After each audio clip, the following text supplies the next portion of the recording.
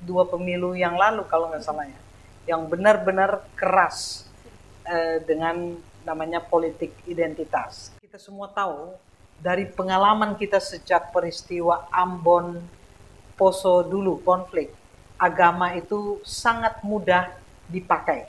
Tapi justru membuktikan bahwa sebenarnya kita ini orang-orang munafik yang bilang selalu beragama.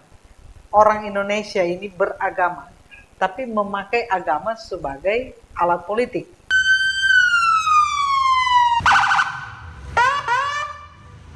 Halo masa aksi unjuk rasa, senang sekali saya Keija Katuani bisa menyapa teman-teman di podcast Unjuk Rasa. Tema podcast hari ini merupakan politik identitas dan politisasi masyarakat menjelang Pilkada tahun 2024.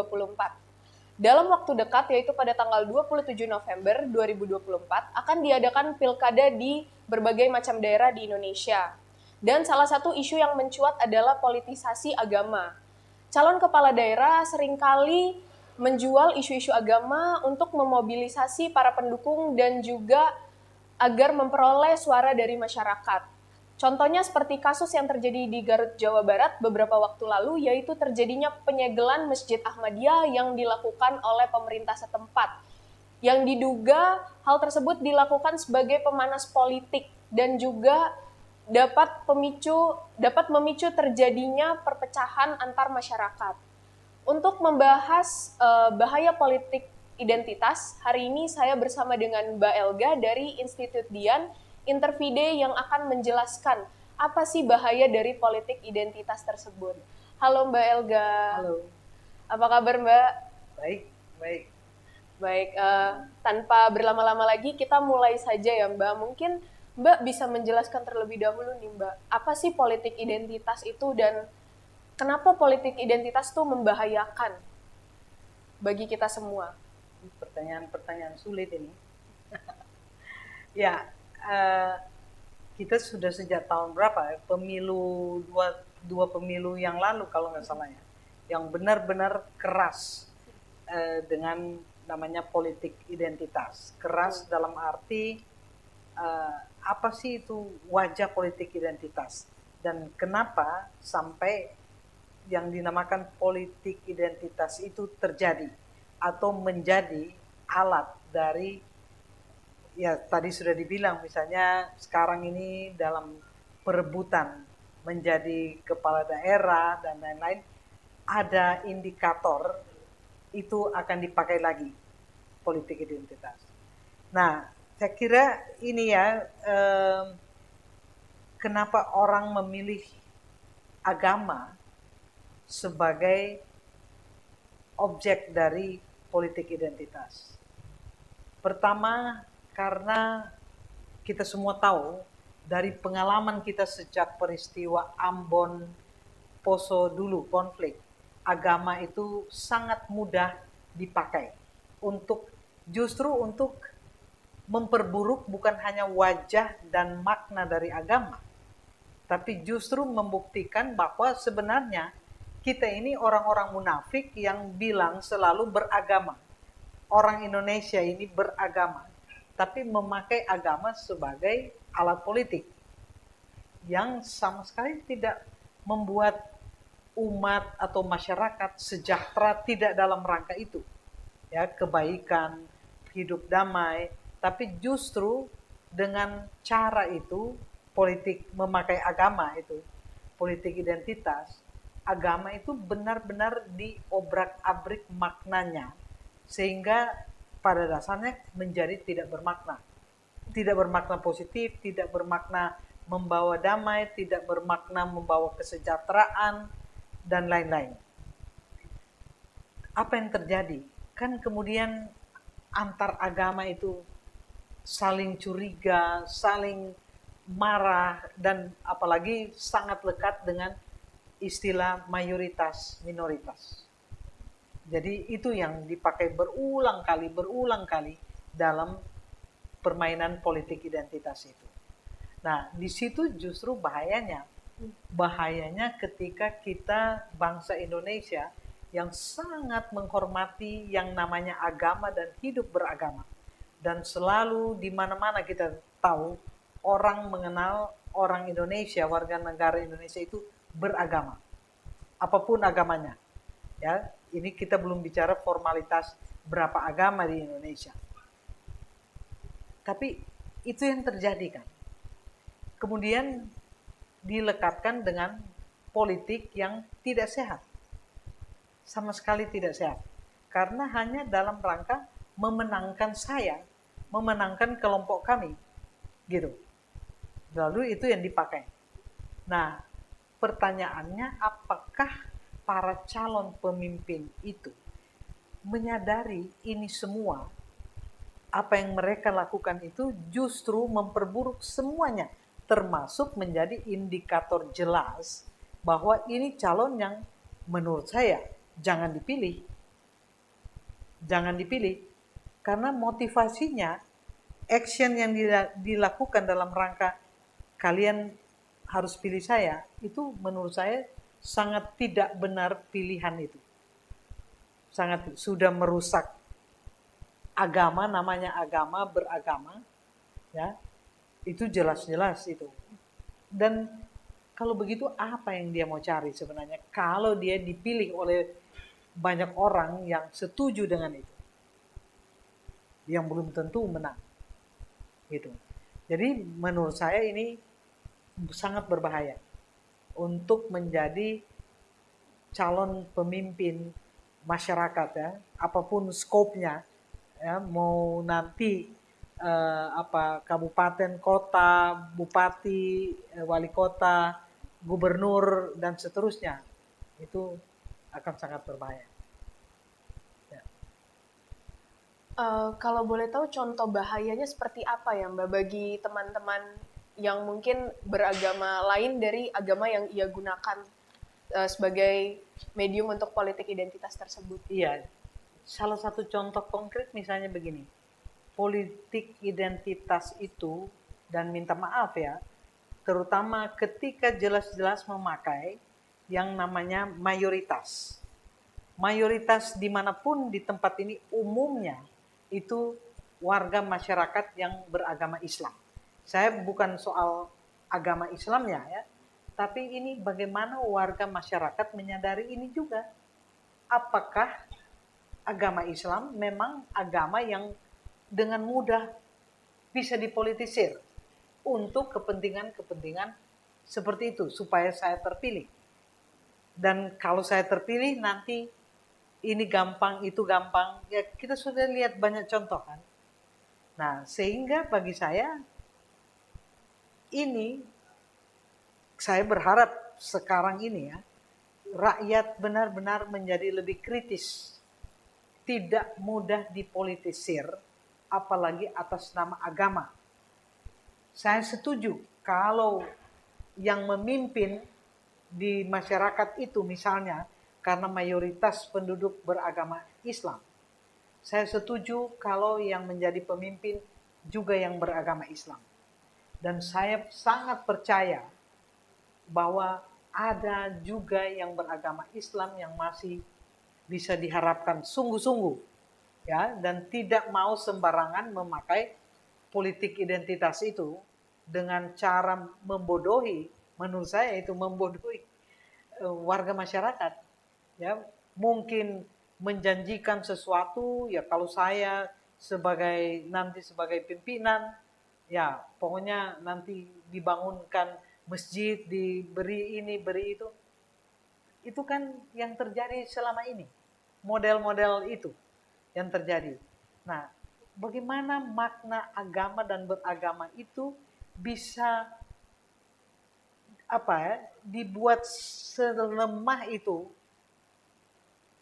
nilainya hanya dalam rangka seseorang dipilih untuk menjadi pemimpin yang saya yakin itu yang saya bilang tadi, saya tidak yakin bahwa calon pemimpin yang memakai politik identitas itu adalah calon pemimpin yang baik, yang benar, dan suka benar-benar pada kebaikan, kebenaran, dan keadilan. Saya tidak yakin. Mulai saja sudah dengan cara begitu, apalagi nanti kalau menjadi pemimpin. Ya, betul sekali, sangat mengerikan ya Mbak. Bagi saya sangat mengerikan dan justru menjebak warga masyarakat, menjebak nanti warga di daerah itu untuk terikat kepada janji-janji ini. Padahal belum tentu, dan itu sudah banyak contoh kan. Ketika jangankan orang kemudian saling merasa tidak sehat hidup bersama dalam perbedaan. Karena itu kan yang akan terjadi kemudian waduh, yang diberi privilege, yang diberi prioritas kok mereka, kenapa tidak kami? Belum lagi sampai pada membubarkan ini, membubarkan itu, rumah ibadah dari kelompok yang tidak mendukung atau tidak diajak untuk mendukung itu diperlakukan macam-macam. Nah, itu sudah lebih parah lagi. Ya. Sangat disayangkan sekali ya Mbak. Padahal Indonesia itu sebelumnya terkenal sebagai negara yang tingkat toleransinya paling tinggi. Namun diadu domba oleh pemerintah sendiri antar umat beragama. Iya. Demi politik itu sangat mengerikan. Jangan lupa aktor utama ya ini ya, negara dalam arti yaitu pemimpin-pemimpin juga. Ya, sangat disayangkan sekali. Ya. Mungkin selain contoh yang tadi di Garut dan di Poso, Mbak, apakah Mbak memiliki contoh-contoh lain, Mbak, terkait dengan politik identitas ini dan dampaknya ke masyarakat? Ya, sebenarnya ada banyak contoh ya. Peristiwa Ahok dulu tahun berapa itu? 17 ya. 2017. Wah, itu kan terang benderang itu. Terang benderang. Tapi kan ya syukur pada masa-masa itu kita masih ada seorang tokoh Muslim, Buya Ma'arif, yang sangat jelas ya. Ahok itu tidak bersalah. Ya, tidak bersalah dari perspektif Islam. Nah, apakah yang dikatakan Buya itu salah? Kan tidak mungkin. Dan itu benar diakui oleh banyak orang Islam juga ya, baik tokoh maupun itu diakui. Jadi itu kalau akan seperti itu lagi, aduh sayang sekali. Dan kita sekarang sudah di periode tahun-tahun ini, kalau kita masih memakai politik identitas lagi sebagai cara untuk memenangkan pemilu, ya dalam hal ini pilkada maksudnya, saya kira tidak ada kemajuan sama sekali.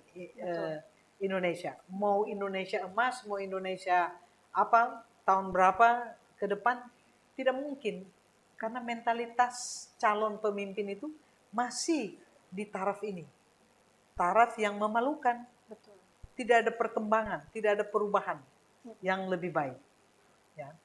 Dan apa yang dialami lalu-lalu itu tidak menjadi bahan evaluasi dan memperbaiki. Sayang sekali.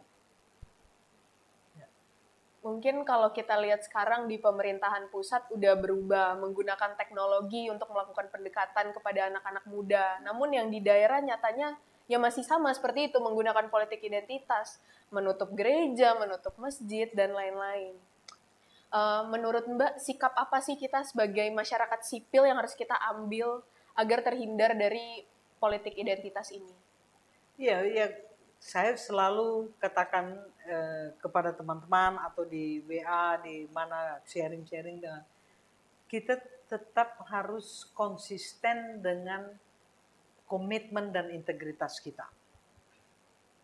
Artinya, ya kita jangan terikut arus. Jangan lupa juga media sosial itu berbahaya. Betul. Ya, berbahaya, apalagi dengan politik identitas. Mau itu dalam bentuk hoax, dalam bentuk apa saja, itu sangat berbahaya. Dan saya berharap anak-anak muda atau generasi apa sekarang yang disebut? Generasi Z. Mau generasi Z, generasi ya, anak-anak muda sekarang itu, tolong tidak mudah terpengaruh dan merasa enak, bangga dengan semua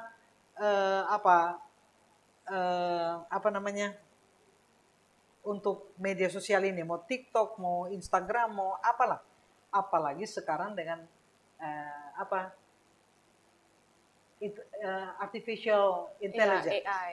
ya, AI itu kalau kita tidak hati-hati sangat berbahaya justru, sangat berbahaya.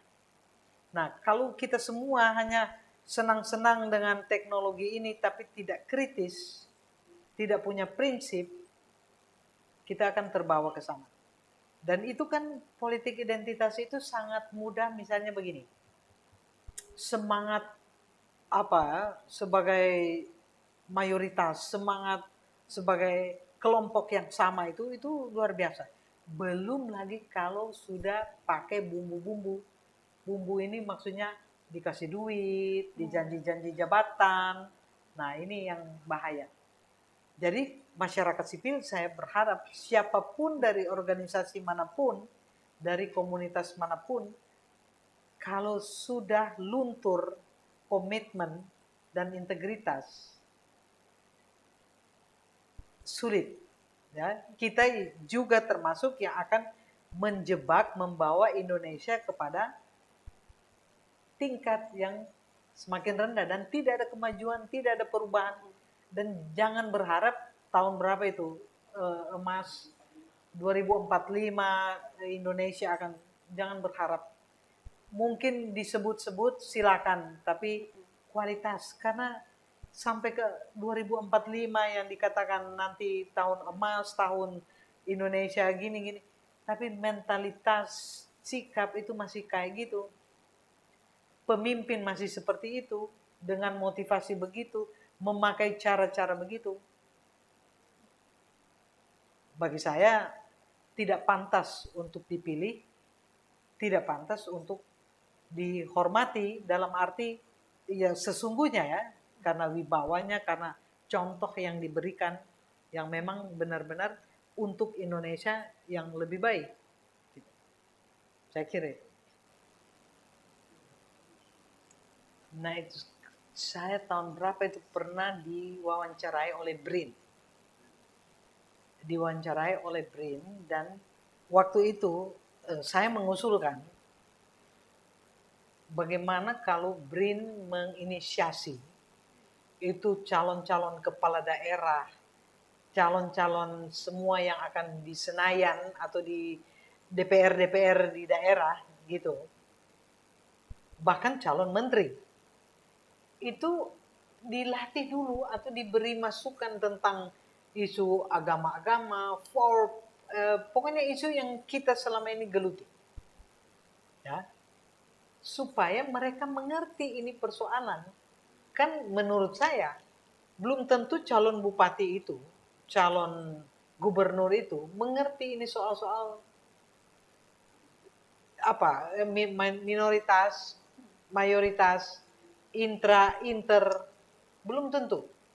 Walaupun mungkin secara harafiah mereka paham dengan undang-undang, mereka paham dengan ada peraturan apa, tetapi dalam realitas ketika di satu tempat atau di tempat mereka ada masyarakat majemuk, termasuk intra religius itu. Nah, itu mau dibikin apa? Dan itu jangan menjadi lahan, jangan menjadi bahan bagi mereka untuk melakukan sesuatu terhadap minoritas itu hanya karena supaya yang mayoritas bisa memilih dia. Itu kan sebenarnya alasannya kan. Kenapa teman-teman Ahmadiyah masih sampai sekarang akan dipersekusi? Beberapa minggu lalu saya ke Cigugur, lalu ke Manislor ya. Ke daerah yang pertama kali di Masjid Ahmadiyah itu di Obrak-Abrik. Bukan bilang apa, saya mengangkat Al-Quran itu.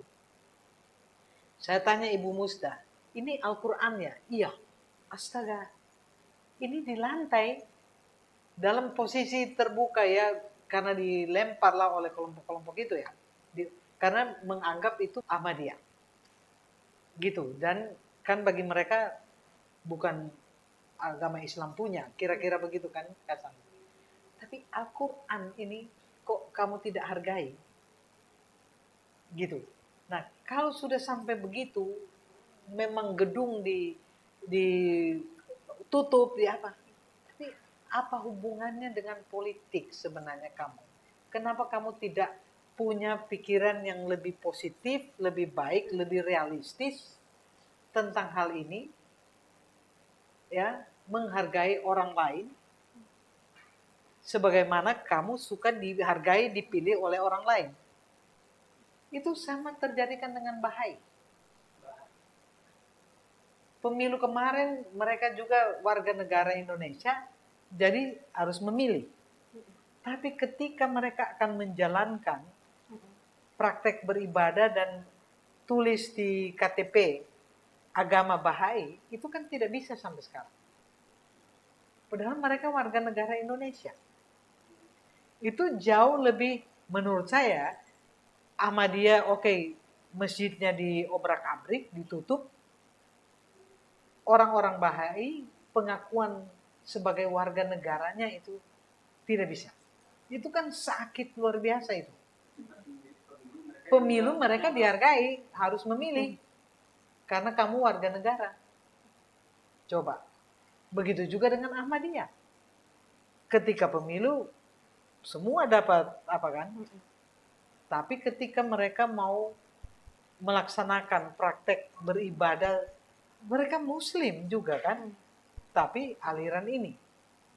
Lalu tidak bisa. Itu gimana? Nah, ini yang menurut saya sampai sekarang masih PR besar serius dari bangsa Indonesia.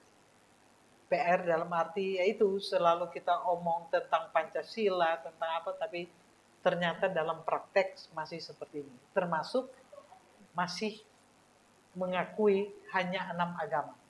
Hal yang ngapain kalau kita pakai mengakui tapi membatasi begitu. Lalu yang lain gimana?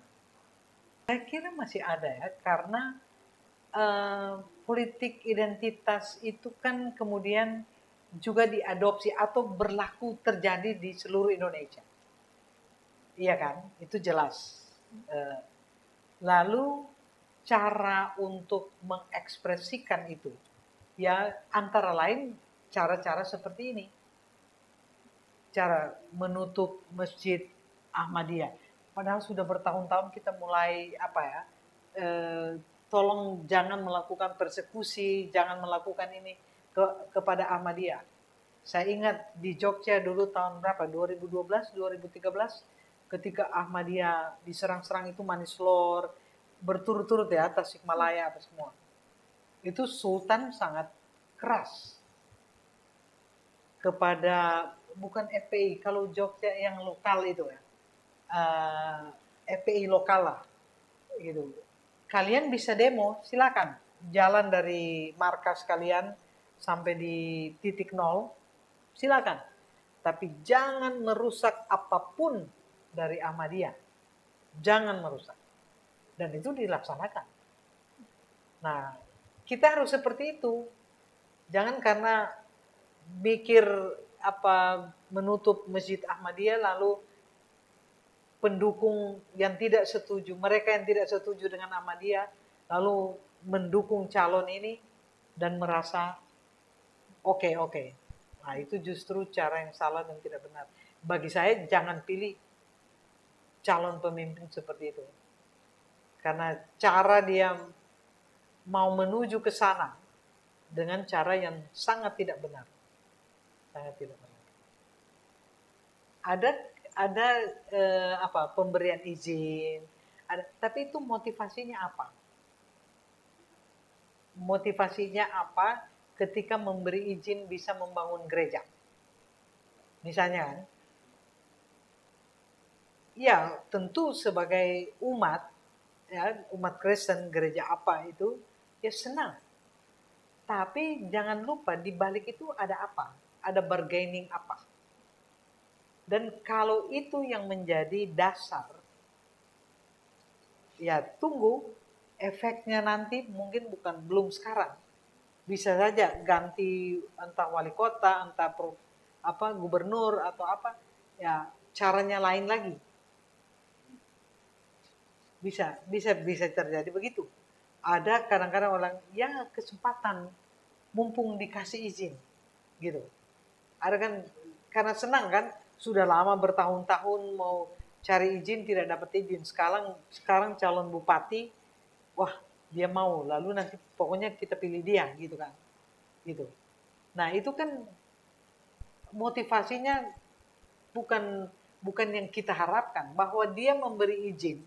Kalau saya jadi bupati, kalau saya terpilih saya akan beri izin. Misalnya, kan lemah sekali menurut saya.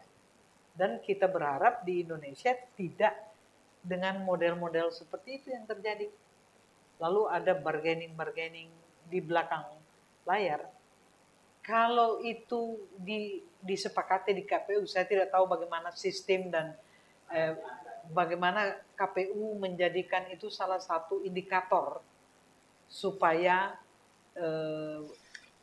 calon-calon bupati atau apa ya di daerah-daerah itu adalah dalam kaitan dengan politik identitas. Lebih baik jangan. Dan kalau bisa usul yang saya usul ke BRIN waktu itu dilakukan. Jadi semua calon dilatih, diberi di briefing, di coaching tentang isu-isu ini. Semua yang mencalonkan diri ya. Karena kalau tidak, ya itu yang terjadi politik identitas itu. Jadi minimal calon-calon itu dan pemimpin agama-agama itu dipertemukan dan berada dalam satu forum mempersiapkan para calon pemimpin daerah untuk menghadapi masalah-masalah di masyarakat. Itu lebih baik, lebih sportif daripada membiarkan itu terjadi, cara itu terjadi dan seolah-olah itu aman-aman saja, silakan. Tapi pada waktu yang sama menjebak masyarakat kan, tetap menjadi bodoh, tidak mengerti, tidak kritis. Jadi harusnya KPU melihat itu juga. Ya, menghindari jangan sampai pemimpin masyarakat pemimpin yang kayak gitu. Kata Mbak Elga, kita sebagai generasi muda harus memiliki prinsip integritas agar terhindar dari hal-hal yang berbau politik identitas. Kita juga harus lebih bijak dalam menerima informasi-informasi yang ada secara online atau melalui medsos. Jangan sampai kita diadu domba oleh para petinggi-petinggi yang nantinya hal tersebut akan digunakan untuk menguntungkan diri mereka sendiri. Mungkin sekian podcast dari kami. Terima kasih banyak teman-teman yang sudah menonton podcast hari ini dan terima kasih juga kepada Mbak Elga yang sudah bersedia mengisi kegiatan hari ini dan juga berbagi ilmu mengenai politik identitas. Untuk teman-teman jangan lupa subscribe, like, dan komen agar tidak terhindar dari informasi-informasi yang ada nantinya di channel YouTube Imparsial. Terima kasih dan sampai jumpa di lain waktu. Terima kasih.